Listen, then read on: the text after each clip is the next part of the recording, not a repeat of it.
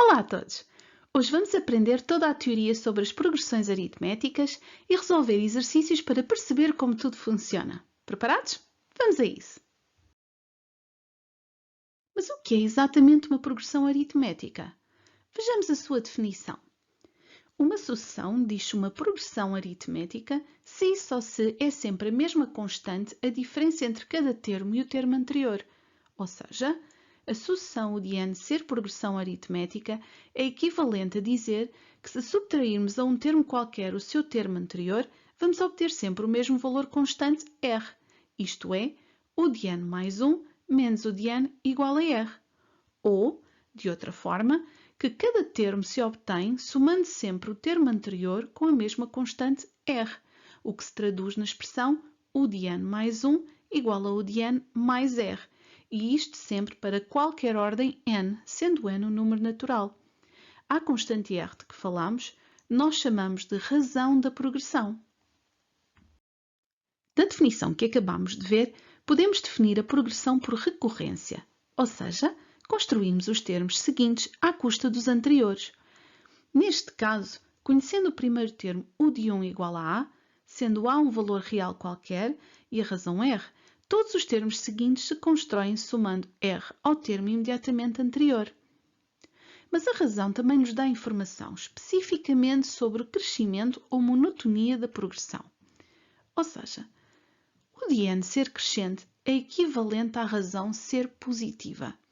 Esta equivalência quer dizer que a conclusão pode ser tirada em ambos os sentidos, ou seja, se o de n é crescente, então a razão é positiva.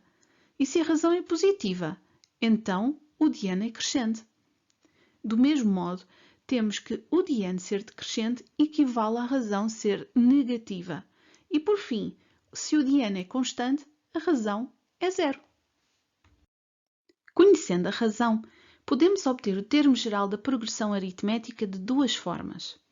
Se conhecermos o primeiro termo, conseguimos determinar todos os termos de qualquer ordem com a expressão u de n é igual a u de 1 mais n mais 1 vezes r, para todo o n natural, que é a ordem da sucessão. Mas se conhecermos um termo de ordem k, adaptamos a expressão anterior para u de n igual a u de k mais n menos k vezes r, também para todo o n natural. Esta expressão exprime a relação entre dois quaisquer termos da progressão aritmética. Outro facto interessante deste tipo de sucessão é que podemos facilmente calcular a soma de um conjunto de termos consecutivos. Consecutivos quer dizer todos seguidos. Vejamos a soma dos n primeiros termos. Denota-se Sn e calcula-se como a média entre o primeiro e o último termo a somar, multiplicado pelo número de termos, ou seja, Sn é igual a u de 1 mais u de n a dividir por 2 vezes n. Mas se a soma for de n termos consecutivos que não necessariamente os n primeiros, adaptamos a fórmula. Vejamos. Queremos começar a somar a partir da ordem k, ou seja, a partir de u de k. Para que fique bem claro, nós queremos somar n termos e vamos terminar n termos depois, em u de k mais n menos 1. Sim, termina-se a soma em k mais n menos 1 e não em k mais n, porque aí teríamos um elemento a mais. Eu vou explicar com um exemplo. Suponham que vão começar a soma em u de 2. Querem somar 4 termos. Podem contar pelos dedos, vão ver que é fácil. Vamos somar u de 2 mais u de 3 mais u de 4 mais u de 5. 4 termos. No entanto, 2 mais 4 é 6, mas 2 mais 4 menos 1 é 5. Perceberam? Vamos terminar no u de 5. Ok? Vamos então prosseguir. Terminamos a teoria com uma propriedade muito útil das progressões aritméticas. Se u de n e v de n forem progressões aritméticas de razão r e s, respectivamente, então a sucessão soma u de n mais v de n também é uma progressão aritmética e a sua razão é a soma das razões, r mais s. Para consolidar tudo o que acabamos de ver, vamos resolver dois exercícios. Aconselho que acompanhem escrevendo no vosso caderno. Diz então o nosso enunciado. Numa progressão aritmética ou de n, sabemos que o de 8 é igual a 19 e o de 33 é igual a 94. Na primeira linha, é-nos pedido para determinar uma expressão algébrica do termo geral. Como resolver? Reparem que não nos dão a razão. Apenas nos dão dois termos. E como sabem, para obter o termo geral de uma progressão, nós temos que conhecer a sua razão. Para a descobrir, vamos usar a expressão U de n igual a U de k mais n menos k vezes r. Tal como vos disse anteriormente, esta expressão permite-nos relacionar quaisquer dois termos da progressão aritmética. E é isso mesmo que nós vamos fazer. Vamos escrever o termo de ordem 33 à custa do termo de ordem 8. Como? Basta na fórmula, esta que vocês estão a ver, onde surge n, colocar 33. Ou seja, aqui e aqui. E onde está k, vamos colocar 8. Aqui e aqui.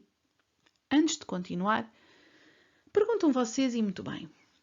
Será que não podíamos trocar? Onde está n, colocar 8 e onde está k, colocar 33? Não, não é possível, porque só os termos de ordem superior é que podem ser escritos à conta dos termos de ordem inferior. Portanto, é sempre o U de 33 que pode ser escrito à conta do U de 8. Ok? Vamos continuar. Substituindo, ficamos então com U de 33 igual a U de 8 mais 33 menos 8 vezes R. Vamos substituir os valores que conhecemos. Ficamos então com 94 igual a 19 mais 33 menos 8 vezes R. Agora sim, podemos descobrir o R.